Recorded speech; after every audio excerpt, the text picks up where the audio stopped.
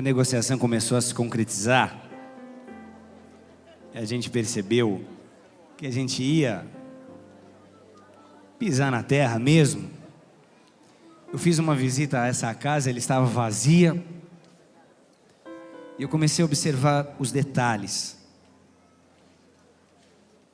O proprietário comprou esse prédio de um espanhol que alugava para o Olímpia, um carioca, e ele fez uma mega reforma, essa que vocês contemplam, e ele funcionou 4 meses.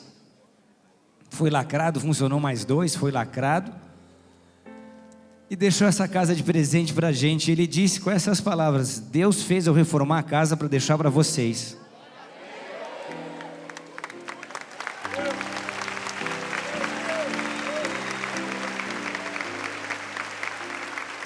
Diga para o seu vizinho, não se trata de dinheiro, se trata de fé. A mídia saiu divulgando em notas, em tudo quanto é veículo, e saíram dizendo que a gente tinha comprado o prédio. Eu falei, amém, um dia a gente chega lá. Uma notinha saiu de um repórter daquele site de notícia da Globo nesses dias, falando exatamente isso. Eles compraram o Olímpia, mas sob aquele título que eles gostam de usar: templo é dinheiro. Eu pensei comigo, se ele soubesse. Diga para o seu vizinho, não se trata de dinheiro, se trata de fé. Eu comecei a olhar detalhes, e amado, só quem gosta de decoração que sabe quanto custa um metro quadrado de madeira de demolição. Eles trouxeram os artistas do interior de Minas Gerais para fazer cada mosaico que vocês estão vendo por essa casa. E aí eu comecei a perceber os detalhes, não havia consagração alguma. Na verdade, aqueles ramos parecem trigos ou um pedaço de menorá. E eu disse, são 5 ministérios, a gente já começa a ver coisa, né? E aí Deus falou, não, são 6, porque tem um grandão ali, e mais 6 que dá 12, que é o número do governo, que é o número apostólico. Só Deus sabe, e aqueles que foram envolvidos aos poucos no processo, que não depende de dinheiro, mas depende de fé, amém? Eu olhei para essa prancha no Havaí. Ela é feita de madeira de lei, uma madeira havaiana nobre, numa fábrica chamada Haleiwa Surfboards. E um dia eu olhei e disse, puxa, aquela casa nova merecia uma prancha dessa, uma prancha que é feita para ser pendurada por lares e mansões ao redor do mundo, porque ela é muito cara. Ela chega a sair da fábrica por $14.000, para a Califórnia, para o Japão, para as paredes de quem não tem o que fazer com dinheiro. Eu olhei para o preço dela e falei, ah, meu Deus do céu, né? Vou ter que usar aquele toco velho mesmo que está lá na Turiaçu. A gente dá uma resinada nele, vai ficar novo, está tudo bem. Mas diga para o seu vizinho, Deus é um Deus de detalhes. E não se trata de dinheiro, se trata de fé. Dinheiro é um sistema de troca. Dinheiro é papel, ouro é um minério. Se trata de fé, porque tudo está nas mãos dele. Quando nós cremos, quando é necessário, ele faz, amém? E às vezes ele dá um mimo.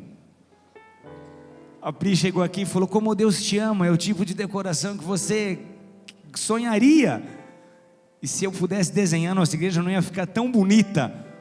Chamaram o melhor arquiteto de Búzios para decorar a casa toda, para deixar para a gente, para a igreja. Eu olhei essa prancha e sonhei, mudei de assunto, fingi que não tinha pensado nisso, deixei morrer dentro do meu coração. Daqui a pouco alguém me procura e diz, eu conheço um brasileiro que ganhou uma dessas de presente só para dropar uma onda em uma e-mail e tirarem uma foto dele para usarem essa imagem. Ele ganhou essa prancha de presente e eu disse assim brincando, fala para ele que eu dou $1.000. O preço de uma prancha nova, não é? Fala que eu dou $1.000. Ele, não, imagina, eu sei quanto essa prancha vale. Eu falei, então não tem problema. No dia da gente ir embora, ele me ligou desesperado, dizendo, eu aceito.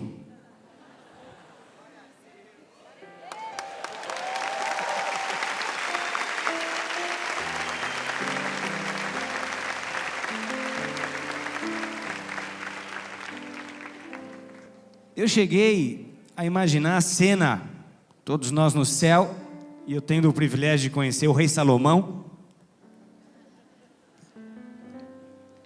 e eu diria a ele assim: Salomão, o seu templo foi maravilhoso, mas o nosso estava ali.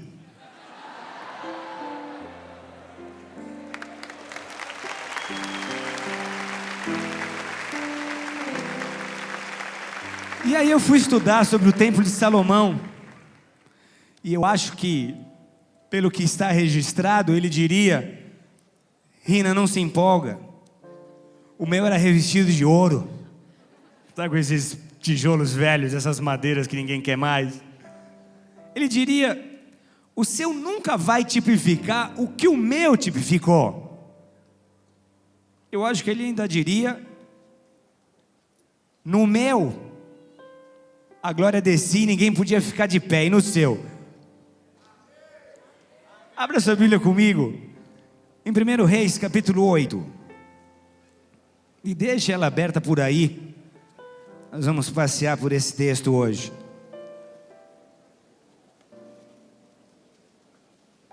Verso 10.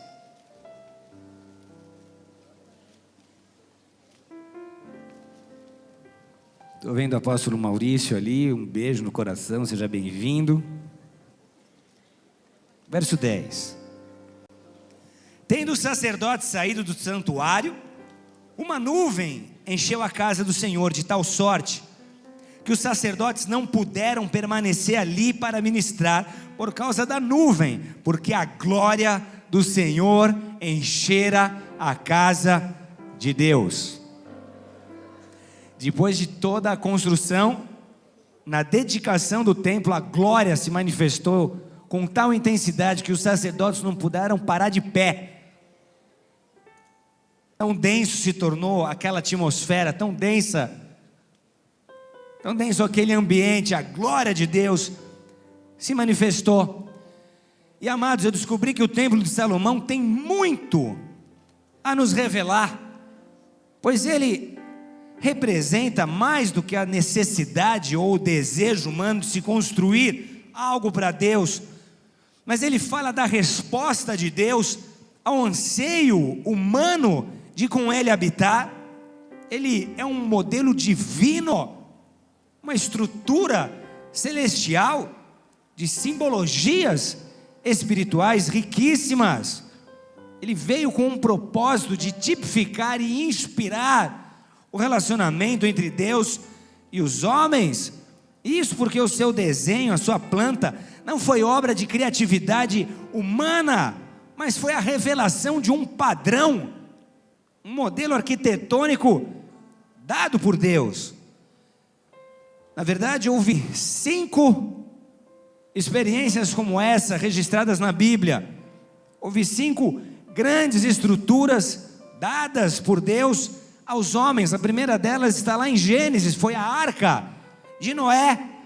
Deus escolheu um homem, e a ele disse em Gênesis 6,14: faz uma arca de tábuas de cipreste, e nela farás compartimentos, e a calafetarás com betume por dentro e por fora.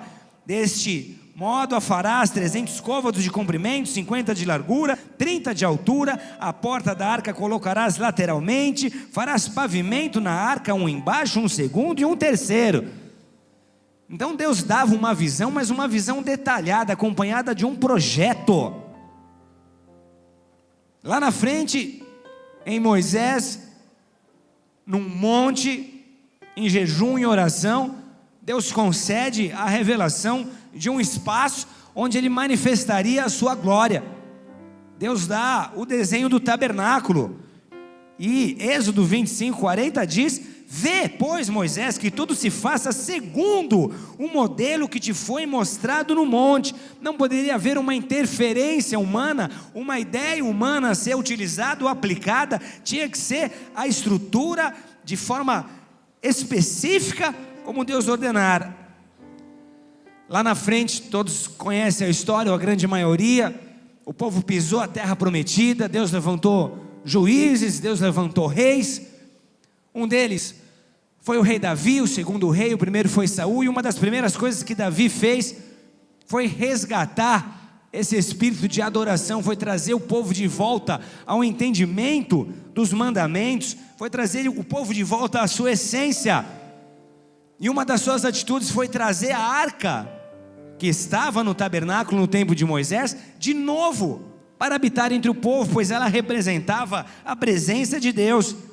E aí, Deus dá uma visão para Davi, e ele constrói um tabernáculo. Essa é a próxima estrutura, a terceira estrutura. Em 2 Samuel 6, nós temos que a realidade de que Deus dava até a ordem dos músicos, como a coisa que tinha que acontecer, a liturgia do culto, os cânticos de louvor. E aí nós temos o templo de Salomão, o filho de Davi. Essa estrutura que era o tabernáculo de Davi era muito simples, era muito rudimentar, e ele desenvolveu o sonho de construir uma casa para Deus. Ele se incomodava com isso. Eu moro numa casa feita de cedro do Líbano, das melhores madeiras, do melhor material, e a casa do meu pai está desse jeito. Mas Deus não lhe concedeu o direito de edificar esse templo. Ele era um homem que havia, por ser homem de guerra, derramado muito sangue. Deus disse não, mas o teu filho Salomão vai assumir esse projeto e vai edificar uma casa para mim. 1 Reis 6 conta essa história. E a quinta estrutura é uma que fala de porvir, é a Nova Jerusalém. Apocalipse 3:12 fala sobre ela, 21, 22 também. As 4 primeiras determinadas por Deus, mas essa última, essa que é a cidade cujo arquiteto e construtor é Deus, porque de todas as outras Deus foi o arquiteto, mas o homem foi o construtor. Nessa última não tem mão de homem, ele é construtor e é arquiteto. 5 modelos, só que o mais significante é o templo de Salomão, com exceção da Nova Jerusalém. Isso por quê? Porque de tudo que esses templos podiam simbolizar, o templo de Salomão incorpora numa só estrutura tudo que já havia sido feito antes. O templo de Salomão inclui em seu projeto a arca de Noé, o tabernáculo de Moisés e o tabernáculo do rei Davi. A arca de Noé simbolizava a salvação. A porta era um símbolo do Filho. João 10:9 tem o registro, Cristo se apresentando como essa porta. O tabernáculo de Moisés foi o único lugar ordenado por Deus para que se houvesse sacrifício por pecados e pela culpa. Em nenhum outro lugar, mas no tabernáculo de Moisés, no altar de bronze, eram oferecidos oferendas e holocaustos por culpa e por pecado. E ali o homem conheceu as verdades redentoras. Há uma consequência para os nossos erros, há culpa gerada em função de pecado, há uma sentença que pesa sobre nós nas regiões celestiais pelas más escolhas que fazemos. Só que há sacrifícios que podem nos purificar, que podem eliminar de sobre as nossas vidas essas sentenças. E no tabernáculo de Davi não foi oferecido nenhuma oferta por pecado nem por culpa. Houve somente sacrifícios de louvor e de ação de graças. A todo tempo, hinos, música, cântico aconteciam ali de forma contínua, 24 horas por dia, em adoração ao Senhor. Então na arca nós conhecemos a salvação, no tabernáculo de Moisés nós conhecemos a redenção, e no tabernáculo de Davi nós conhecemos verdades preciosas sobre a adoração. Então Davi foi alguém que conheceu tudo. Lendo os Salmos você tem acesso a esse entendimento, a essa intimidade com Deus. Ele conheceu verdades redentoras, ele conheceu verdades de adoração, e ele recebe o esboço de Deus. Deus deu a planta a Davi, ele recebe a ideia do céu.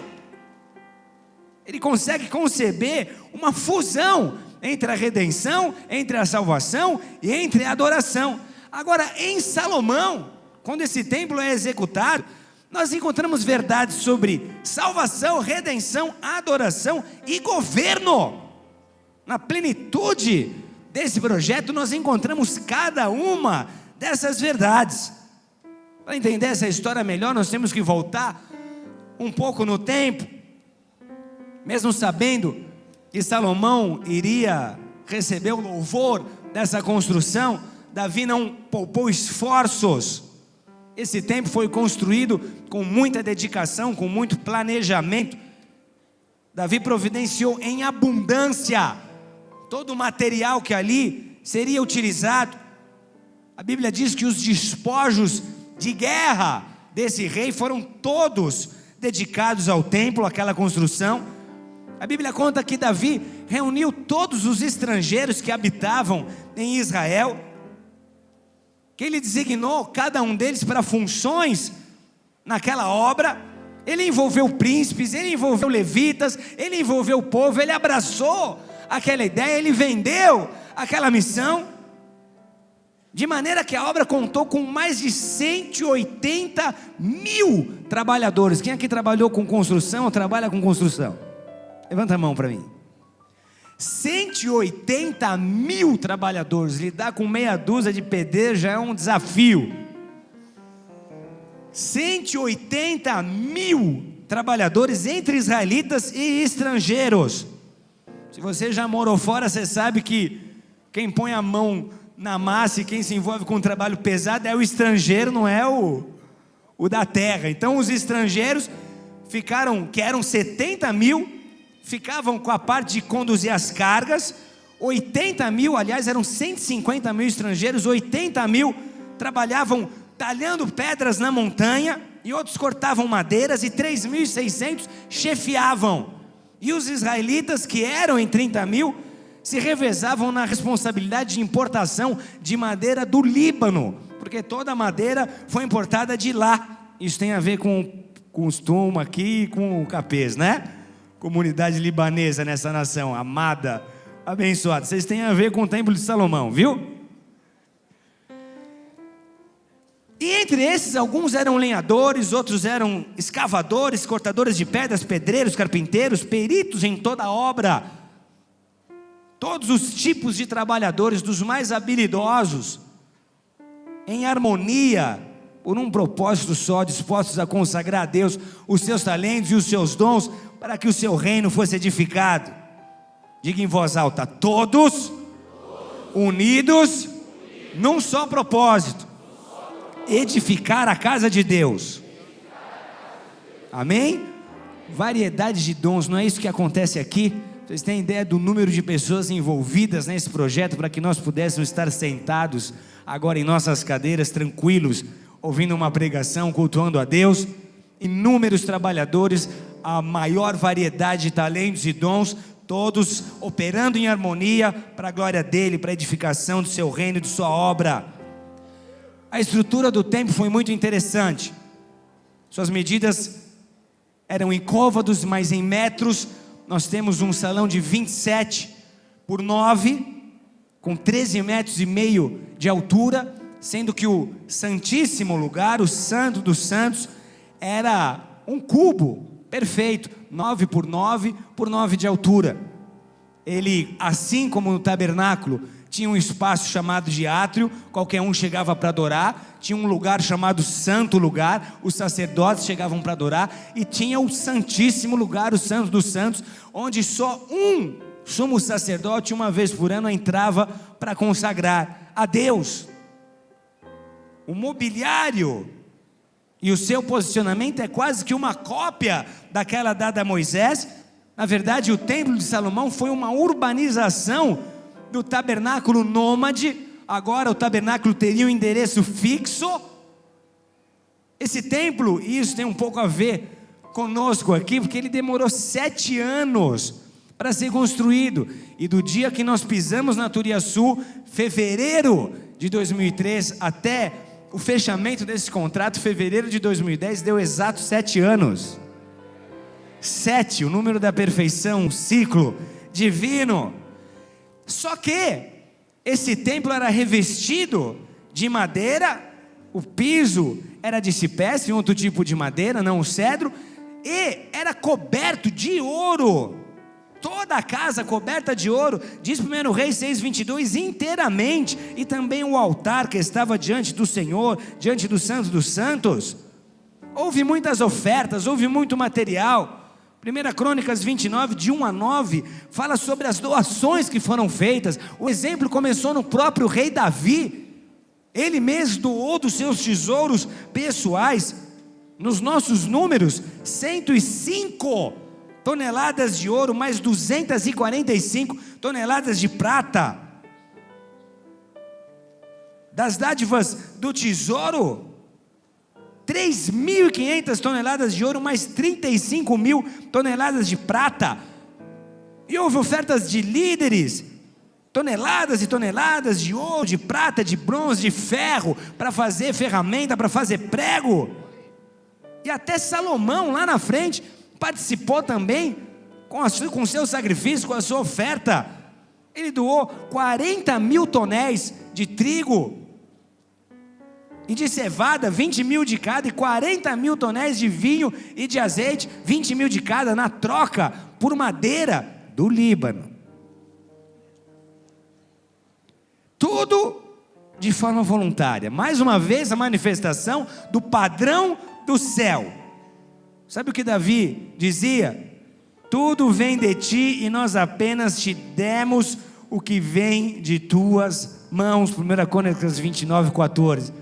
Tudo vem de ti, Senhor, estamos só devolvendo aquilo que veio de tuas mãos. E tudo que é edificado por Deus é edificado pelo Espírito, não por força, nem por violência, nem por coação, nem por pressão. Tudo que Deus faz é movido por Ele, Ele mesmo conduz, Ele mesmo cumpre a palavra que liberou. Amém, amados?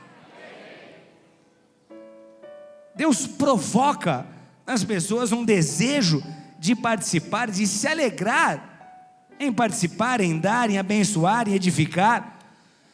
Só que aí nós temos entre todos os utensílios e móveis daquela casa, um que era insubstituível, que era fundamental. Você está em 1 Reis, abre no capítulo 8, verso 1.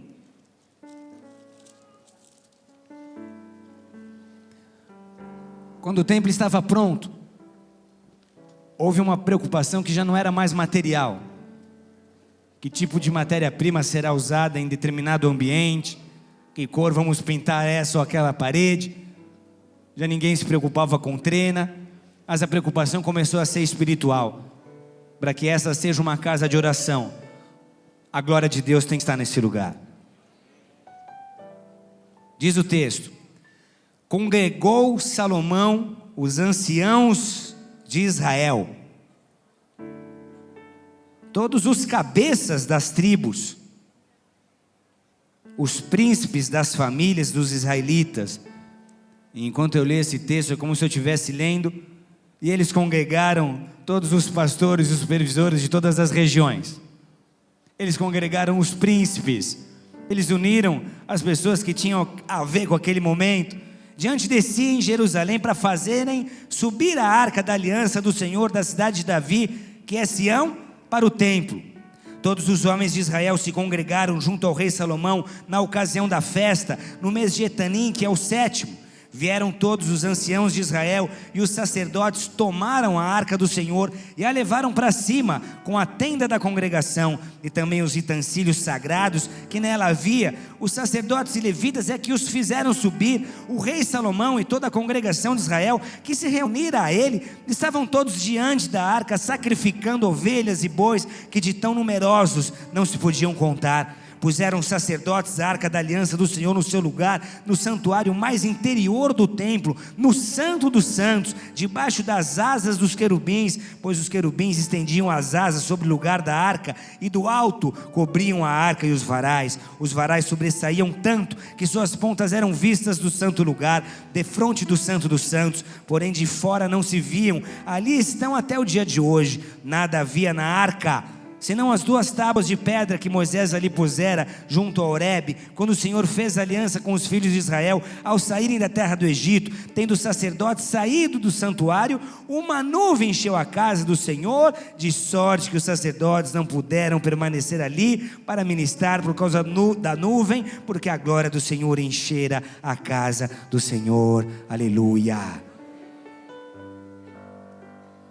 A atenção de Davi se voltou a questões espirituais. Se a arca não estiver presente, isso é só um edifício. Se a arca não estiver presente, a glória de Deus não estará conosco. Na verdade, ele declara em 1 Reis, nos provando que a arca era o que de mais importante havia nesse projeto todo, quando diz: edifiquei a casa ao nome do Senhor e nela constituí um lugar para a arca.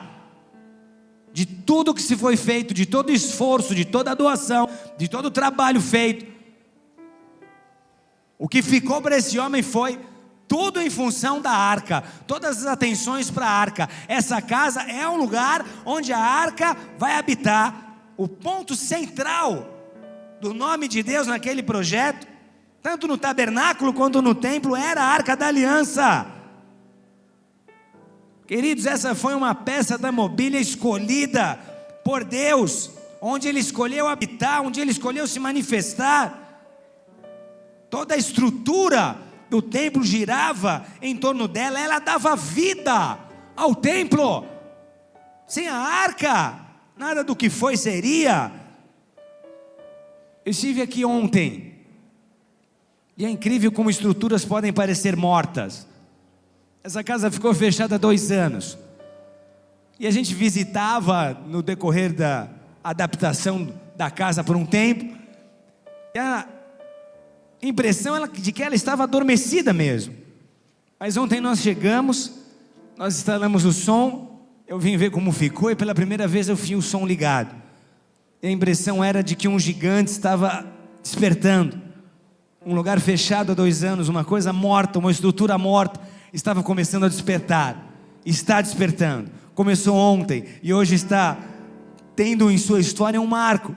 Ele vai ser vivificado, só que não mais para promover o que promovia, agora para ser um lugar onde o nome do Senhor Jesus é adorado, é glorificado, um lugar onde decretos proféticos serão lançados, um lugar onde vai haver cura, onde vai haver restauração, onde vai haver milagre, um lugar que vai influenciar as regiões celestiais dessa cidade, desse estado, dessa nação.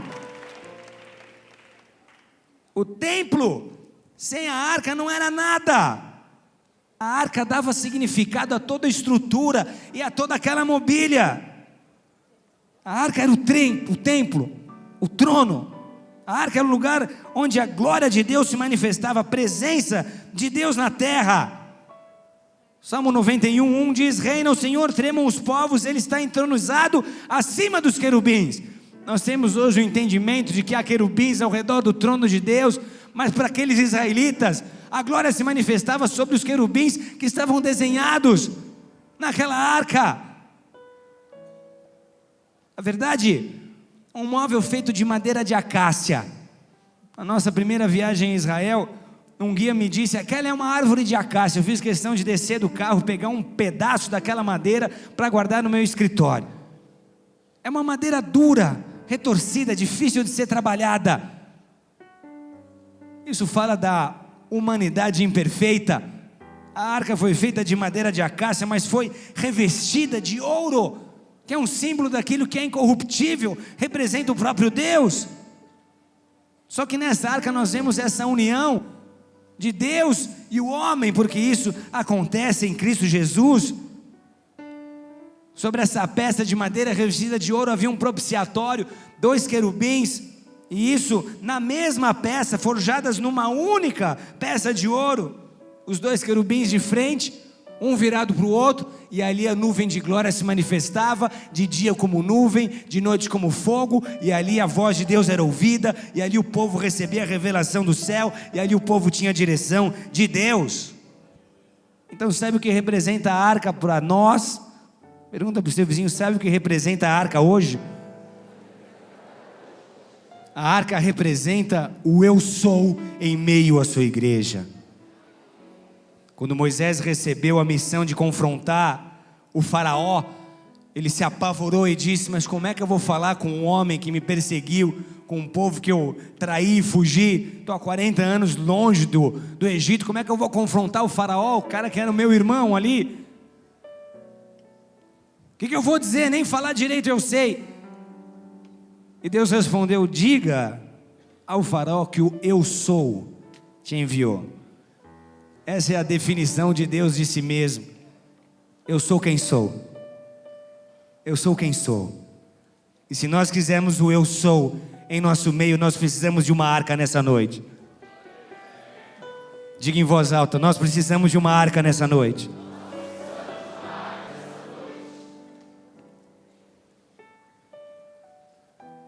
Nós precisamos de uma arca. Nós precisamos da presença manifesta. Sem ela nada faz sentido. Sem ela nós somos aqui um prédio, uma reunião entre homens, mas nós não viemos para cá para encontrar com homens. Esse precisa ser um encontro entre Deus e os homens, entre o Pai e os seus filhos. Nós precisamos de uma arca, nós precisamos de uma presença real. Senão só sobra a cerimônia morta, senão só resta o ritual sem sentido, senão a liturgia sem vida. Não é esse o tipo de coisa que nós queremos, amém? Não é esse o tipo de imã que atrai pessoas dos quatro cantos dessa cidade, de muitos lugares, nessa nação, para uma reunião.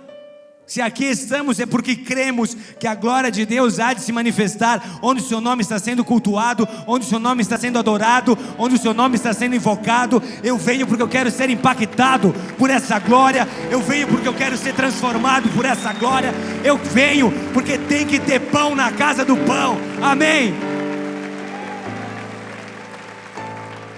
Não é uma liturgia morta que atrai uma geração a Cristo, mas é a sua própria presença. Se a sua presença está ali, você não precisa de divulgação, você não precisa se preocupar em grandes eventos. Se a sua presença está ali, ela mesma vai atrair as multidões. Se a glória, a presença, a arca, a plenitude estiver sobre nós, então esse prédio não vai ser mais lembrado como o Olímpio, o lugar de grandes shows. Então esse lugar não vai ser lembrado mais como um lugar de grandes eventos musicais. Mas as próximas gerações vão conhecer esse endereço como a casa de Deus, onde orações eram atendidas, como um lugar onde o altar de Deus se manifestava, onde o lugar onde o Espírito Santo de Deus encontrava a liberdade de ação, como um lugar onde pessoas eram salvas, como um lugar onde havia redenção, onde havia salvação, onde havia adoração, onde havia governo de Deus, governo do céu, como um lugar onde os paralíticos andavam, como um lugar onde havia experiências genuínas com Deus, como um lugar onde havia milagres, havia sinais, havia maravilhas, havia prodígios, porque segundo a minha Bíblia, elas vão seguir aqueles que creem. Nada menos do que isso, Senhor. Que seja nesta terra assim como é nos céus, que vejamos as evidências do reino. O Evangelho é poder em si. O Evangelho não é uma teoria, o Evangelho não é um conjunto de ideais para tornar a vida melhor, mas o Evangelho é o poder de Deus na terra. E quando esse Evangelho é pregado, nós temos que criar expectativa, porque grandes coisas vão acontecer. Quem crê, dê um glória a Deus, uma salva de palmas a Ele. Se a glória de Deus está conosco, se a glória de Deus está sobre nós, então haverá direção, então haverá conselho, haverá autoridade, haverá unção para liderar e governar. Diga em voz alta assim: a presença e a bênção. Nós nada somos e nada podemos fazer. Às vezes eu vejo pessoas fazendo comentários em relação a Deus de forma tão prepotente. Isso me dói a alma.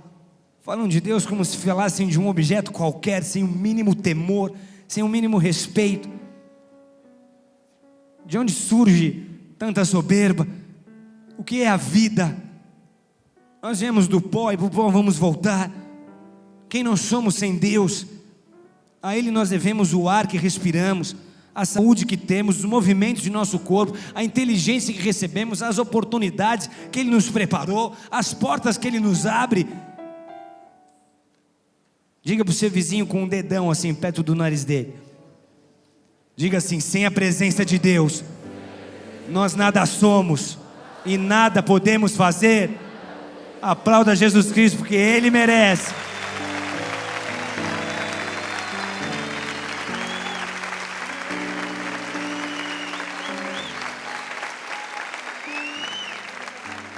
Tem que haver uma aplicação à igreja. Não dá para numa inauguração nossa, nós escutarmos história. A parte explicativa é interessante, mas tem que haver uma aplicação. E ela acontece quando Jesus Cristo, lá em Mateus capítulo 6, verso 42, faz uma afirmação.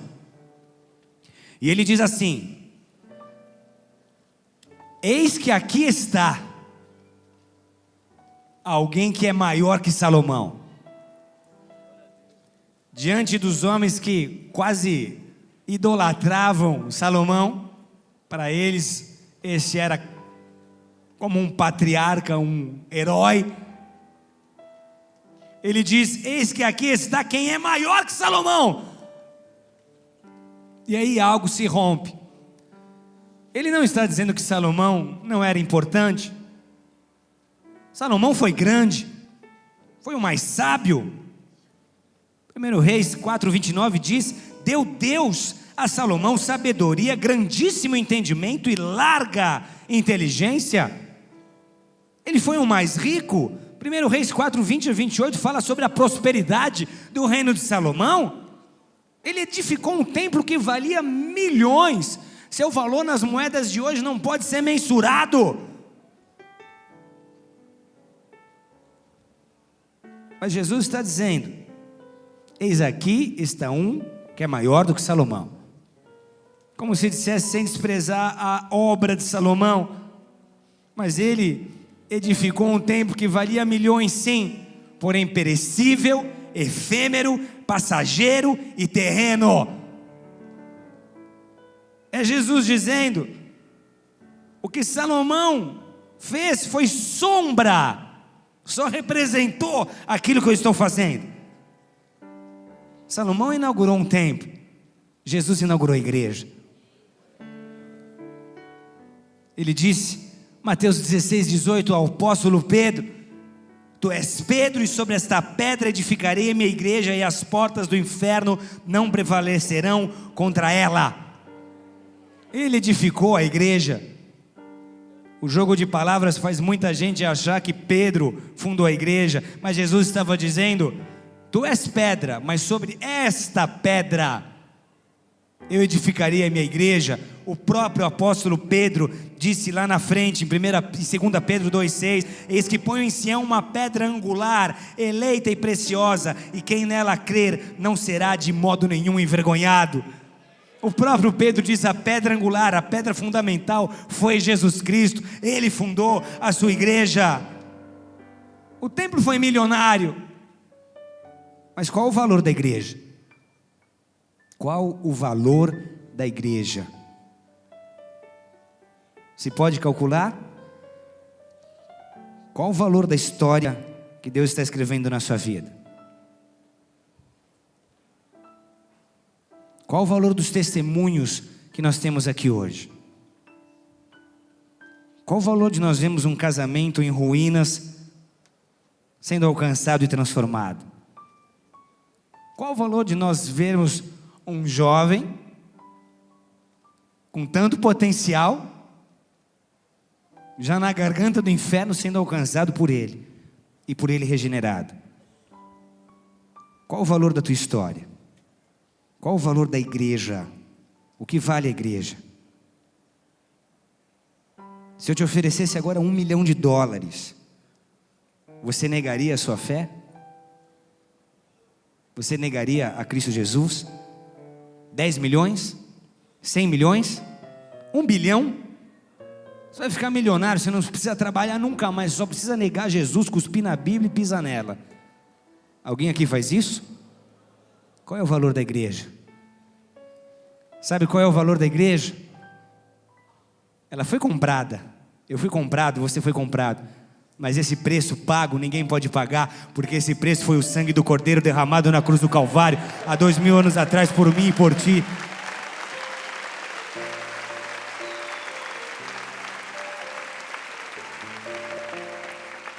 Ela valeu o sangue de Jesus, é uma obra eterna, não temporal. Eu quero a arca, eu quero tudo que a arca representa. Repete comigo: eu quero a arca e tudo que ela representa. 1 Reis 8:9 diz: o que há nessa arca de tão especial? Nada havia na arca, senão 2 tábuas de pedra que Moisés pusera junto ao monte Horebe, as tábuas com os 10 mandamentos.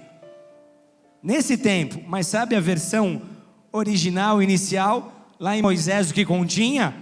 Hebreus 9:4 diz: na qual estava uma urna de ouro contendo um maná, o bordão de Arão que floresceu e as tábuas da aliança. Repete mais uma vez: eu quero a arca e tudo que ela representa. Um pote contendo maná, um bordão de ouro, um cajado, um bordão de Arão, um cajado de Arão. O texto fala que floresceu. Que floresceu. Esse cajado fala de uma experiência que o povo teve que enfrentar. Números 17, de 1 a 5 diz assim: em função de muitas rebeliões que aconteciam, todos sabem como as opiniões dividem os líderes, todos sabem como é difícil ter que lidar com uma chapa 2, com uma insurreição, com uma rebeldia, com uma concorrência no mercado. Todos sabem o quanto isso envolve difamação, calúnia, um trabalho contrário, uma torcida contra, uma opressão sem tamanho. E chapa 2 todo mundo tem, amém? E naquele momento, Arão estava tendo sua autoridade questionada, como aconteceu muitas vezes com Moisés. O povo se levantava: se Deus é com ele, por que não é comigo também? Porque ele é a pessoa e não eu, porque ele foi escolhido e não eu. Era um momento desse, e Deus diz assim: fala aos filhos de Israel, Moisés, e recebe deles bordões, cajados, um pela casa de cada pai de todos os seus príncipes, segundo as casas de seu pai. Isso é 12 bordões, 12 tribos, 12 bordões. Escreve o nome de cada um sobre seu bordão, porém o nome de Arão escreverá sobre o bordão de Levi, e as porás na terra, na tenda da consagração, perante o testemunho, onde as encontrarei. O bordão do homem que eu escolher, esse florescerá, fará cessar as murmurações que os filhos de Israel proferem contra vós. Entenda a importância desse bordão florescendo. 12 líderes brigando pela autoridade, pela liderança. E Deus disse: Moisés, traga os 12 cajados, cada um com o nome do candidato ao posto de Arão.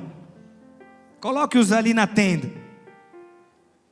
Aquele cajado que florescer, esse será o cajado do meu escolhido, esse será o cajado do meu eleito, esse será o cajado do meu separado. Era Deus dizendo: eu vou confirmar a obra das mãos daquele que eu chamei, eu vou confirmar a obra das mãos daquele que eu elegi. Amém, amados? O cajado florescendo, o bordão que floresceu, fala de eleição do céu.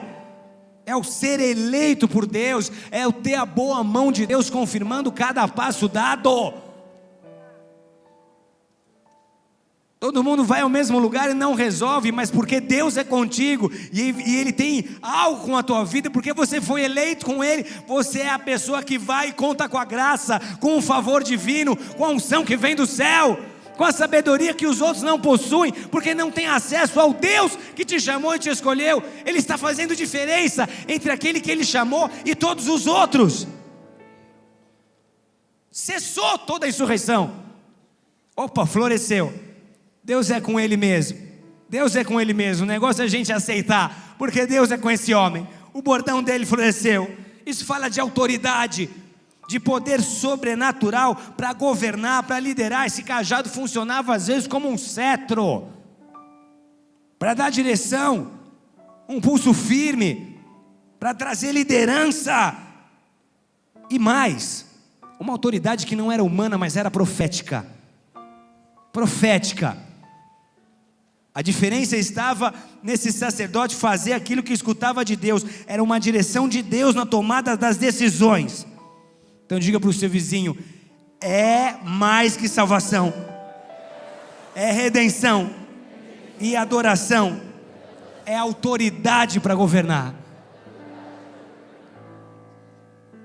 Então, igreja, se prepare para aquilo que Deus está fazendo nos próximos anos. é salvação. Graças a Deus. Graças a Deus, como me alegra ver alguém ser alcançado. Nós somos taxados como uma igreja que faz um trabalho forte com os jovens, mas nós vamos procurar salvar por meio do Evangelho aqueles que se abrirem para Ele, não importa a idade, amém? Das crianças aos idosos. Como é bom ver salvação, como é bom ver redenção, pessoas sendo libertas de suas culpas, de seus traumas. Como é bom ver essa adoração. Mas Deus não nos chama só para nos salvar, amém? Só para nos redimir, só para nos libertar. Ah, Deus me salvou, larguei os meus vícios. Isso é a coisa mais simples de ser feita. Isso é a primeira lapidada que Deus te dá. Você troca os vícios pelas virtudes. Mas se fosse só isso, Deus te chamava e já levava para o céu. Por que Deus permite que você fique na terra? Porque é uma missão que é tua, porque é um projeto que é teu, porque é um desenho que é teu, porque Deus te chamou para influenciar, porque Ele te chama de luz do mundo, porque Ele nos chama de sal da terra, e o céu é aquele que conserva.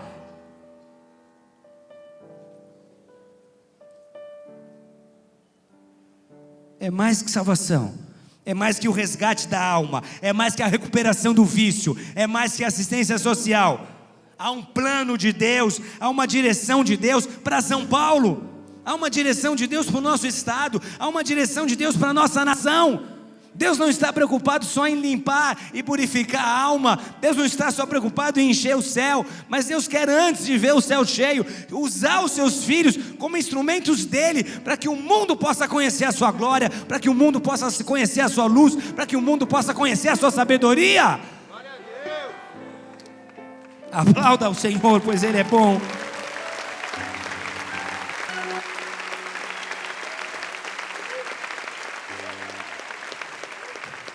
Deus se preocupa com essa nação. Deus escuta o choro das crianças abandonadas que estão passando fome. Deus escuta o choro de uma prostituta no final da noite se sentindo usada e nada mais do que um objeto. Deus escuta o choro de uma mãe vendo seu filho na Cracolândia, perdendo seu filho para as drogas. Deus escuta o choro de uma esposa que está perdendo seu marido porque esse resolveu trocá-la, porque ele aprendeu com a mídia de massa que o herói é aquele que faz o que ele vem fazendo. Deus escuta aquele choro, Deus escuta o desespero. Deus livrou Israel porque a Bíblia diz que Ele ouviu o choro do povo.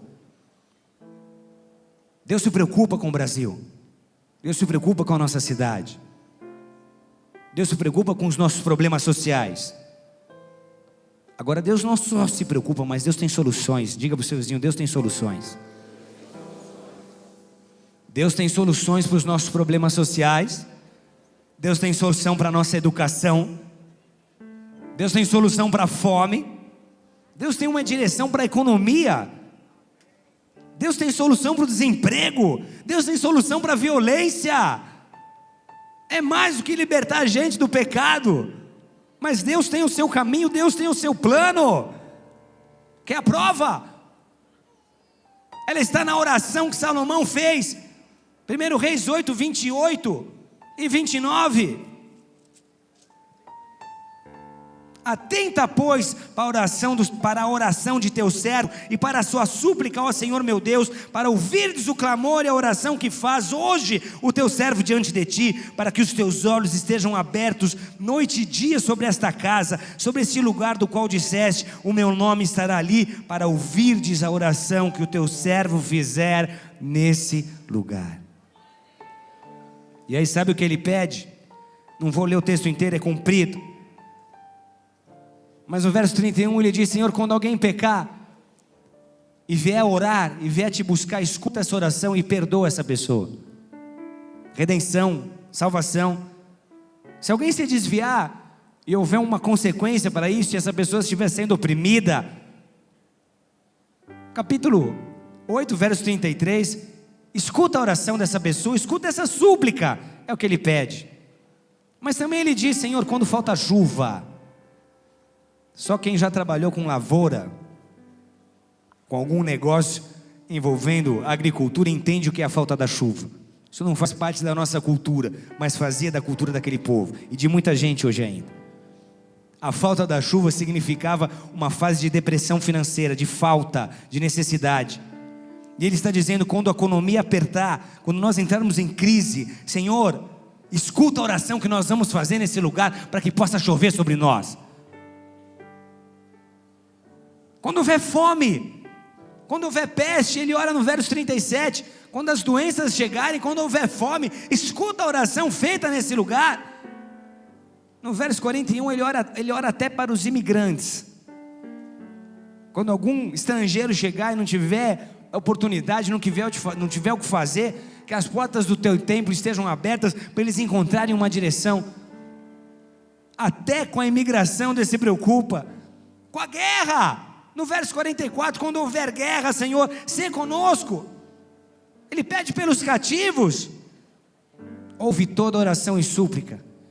Senhor, ouve a nossa oração, ouve a nossa súplica, há um modelo divino. Diga agora ao seu vizinho, é por isso que Deus vai levantar líderes que temem ao seu nome. Mais alto, é por isso que Deus vai levantar líderes que temem ao seu nome. São homens que vão considerar a sua palavra, são homens que vão considerar o seu conselho, são homens que vão considerar o contexto. Em todos os segmentos, em todos os setores, se prepare, porque essa é a era, esse é o tempo em que Deus está preparando pessoas para influenciar essa nação. Os altos postos e lugares de influência, os lugares de influência estão sendo preparados para pessoas que aprenderam a temer a Deus e a buscar refúgio nele, a buscar conselho nele, a buscar direção nele.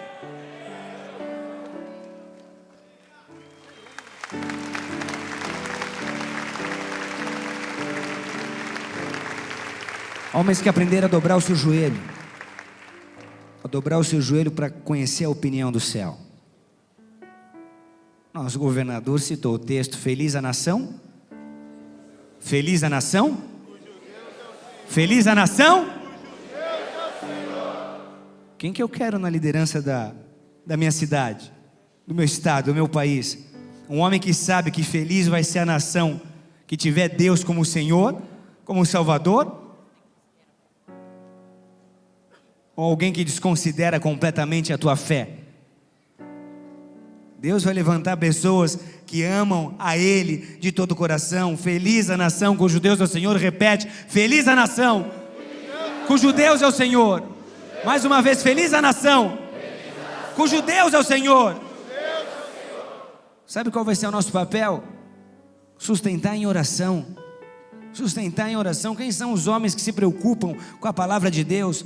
Quem são os homens que entendem a obra de Deus? Quem são os homens que temem a Deus? Nós vamos sustentá-los em oração. Só que dentro daquela arca também havia o maná. E o maná é um símbolo de fé, de confiança, de dependência. É orar crendo que a resposta de Deus vem. Eu posso me achegar a Deus com o coração endurecido. Eu posso me achegar a Deus com a minha visão obscurecido. Eu posso me achegar a Deus com meu coração aberto, buscando dependência, buscando intimidade, buscando amizade, crendo que Deus me escuta. Um dia desses eu me peguei orando com a janela aberta. Eu sei que vocês oram assim também. Você começa a conversar com Deus e às vezes você se empolga como eu. Eu sei que eu estava gesticulando e falando alto, e Deus, o Senhor conhece a minha vida, o Senhor conhece a palavra, está registrado, aos brados. E no prédio da frente um vizinho foi para a janela e começou a me olhar, e de repente eu percebi que estava sendo observado, e eu parei, disfarcei, saí do quarto e pensei comigo, eu estou ficando louco? É o que ele deve ter pensado, esse cara fala sozinho? Mas eu me aproximo de Deus crendo que Ele me escuta, amém? Então aprenda a orar, desenvolva o hábito e busque a Deus com toda a sinceridade do mundo nas suas orações. E ore do seu jeito, você não precisa gritar, você não precisa gesticular. Se você prefere orar em silêncio, ore em silêncio, mas ore, porque Deus vai escutar a sua oração. Porque Deus vai escutar a sua oração. Porque Deus vai escutar a sua oração. Amém? Você não precisa gritar, não precisa falar alto, mas ore, mas busque, porque Deus vai escutar a tua oração. Aleluia!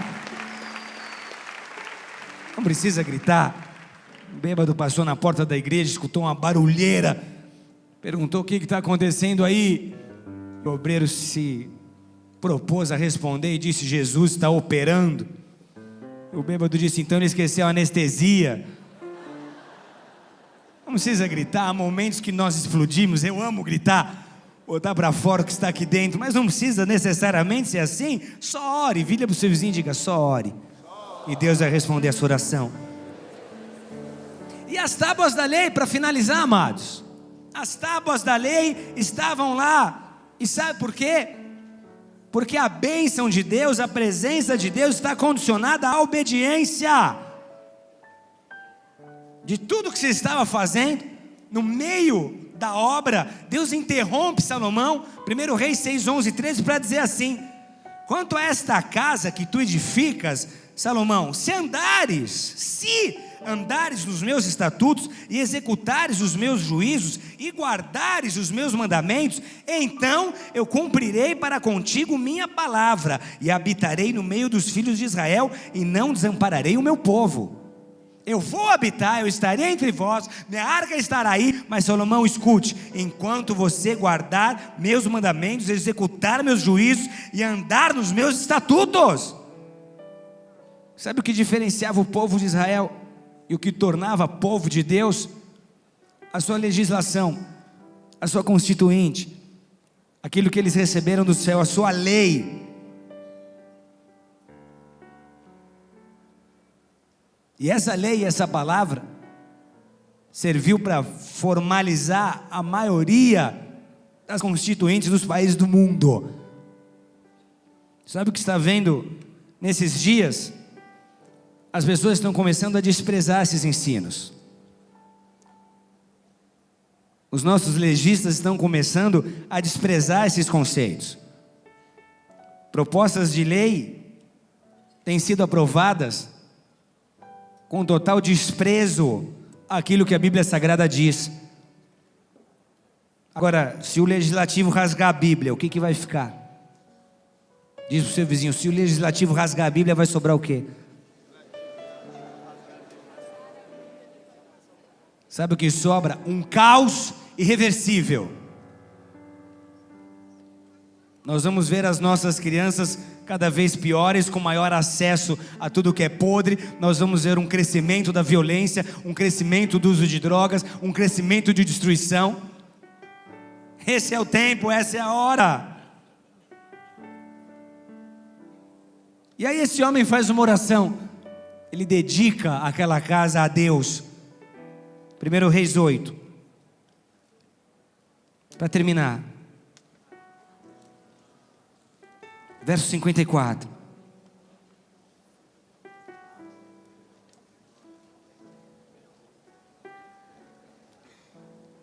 Eu quero que você entenda que eu vou fazer essa mesma oração agora, porque eu sei que sem a glória de Deus nós não somos nada.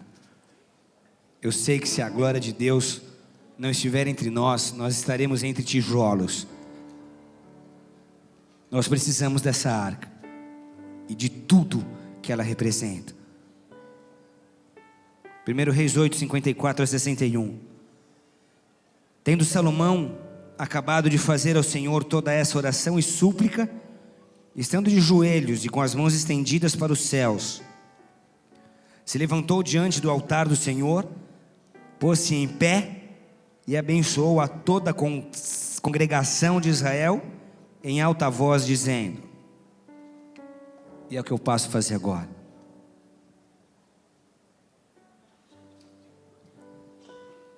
bendito seja o Senhor, que deu repouso ao seu povo de Israel, segundo tudo o que prometera. Nenhuma só palavra falhou de todas as suas boas promessas, feitas por intermédio de Moisés, seu servo. O Senhor nosso Deus seja conosco, assim como foi com nossos pais. Não nos desampare e não nos deixe, a fim de que assim incline o nosso coração para andarmos em todos os seus caminhos e guardarmos os seus mandamentos e os seus estatutos e os seus juízos que ordenou a nossos pais.